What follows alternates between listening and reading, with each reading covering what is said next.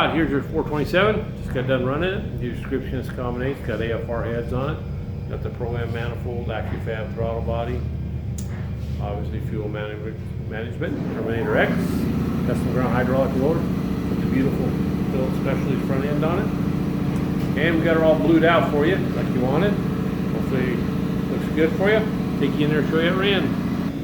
Alrighty, 3,600, 464 foot-pounds of torque, peak torque 525, peak horsepower 563. So we ran at 575, front end's about 15, so everything's good. We'll get her off there, get the crate coming away. Have a great day.